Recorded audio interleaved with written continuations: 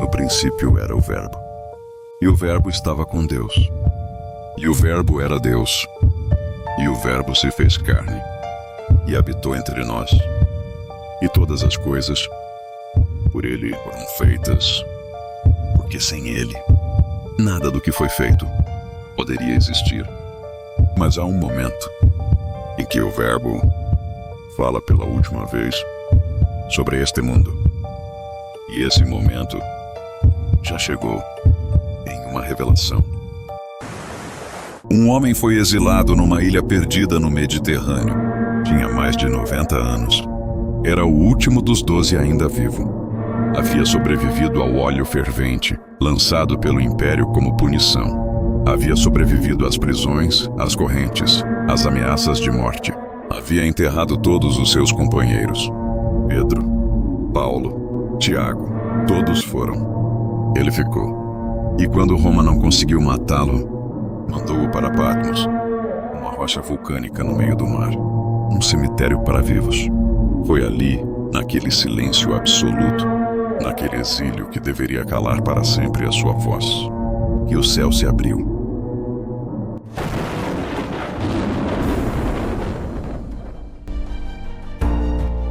Era o ano 95 depois de Cristo. O imperador Domiciano governava Roma com um punho de ferro, oprimindo os cristãos e os encarcerando, e exigia ser adorado como um deus. João, o último apóstolo vivo, foi banido para a ilha de Patmos, uma rocha vulcânica no mar Egeu, usada como campo de trabalhos forçados. O império queria silenciá-lo, mas Deus tinha outros planos. João escreve: Eu, João, vosso irmão e companheiro na tribulação, no reino e na perseverança em Jesus, estava na ilha chamada Patmos por causa da palavra de Deus e do testemunho de Jesus. E então, num domingo, algo aconteceu que mudaria a eternidade. João ouviu uma voz que ele descreve como o som de uma trombeta, uma voz que vinha de trás dele. E quando ele se virou, o que ele viu não era humano, não era um anjo comum. O que ele viu foi a descrição mais aterrorizante e gloriosa de um ser que a Bíblia já registrou. E nós vamos ver isso agora. Apocalipse 1, versículos 13 a 16. João vê alguém semelhante ao Filho do Homem, vestido até os pés com uma roupa comprida, com um cinto de ouro no peito, sua cabeça e seus cabelos brancos como lã, brancos como neve, seus olhos como chama de fogo, seus pés como bronze polido, brilhando como se viessem de dentro de uma fornalha de fogo ardente. Em sua mão direita, 7 estrelas. De sua boca saía uma espada afiada de 2 gumes. E seu rosto resplandecia como o sol em plena força.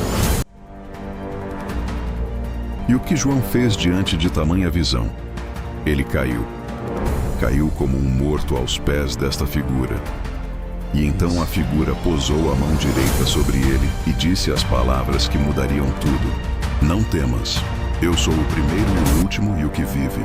Estive morto, mas eis que estou vivo para todo o sempre, e tenho as chaves da morte e do Hades.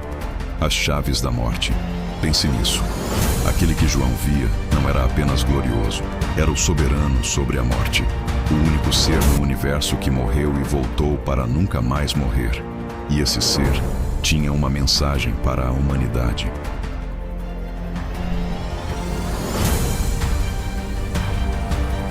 E essa mensagem começava com um julgamento. Não o julgamento do mundo, mas o julgamento da própria igreja. E o que ele encontrou? As 7 estrelas na mão direita de Cristo são os anjos das 7 igrejas. Os 7 candeeiros de ouro são as próprias igrejas.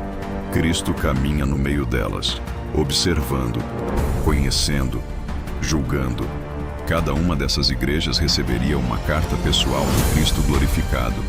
Elogios, acusações, advertências, promessas.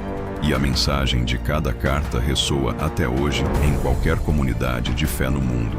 A missão de João estava clara: escrever tudo o que visse, o que é e o que há de acontecer depois. Uma janela para o futuro, um mapa para o fim dos tempos.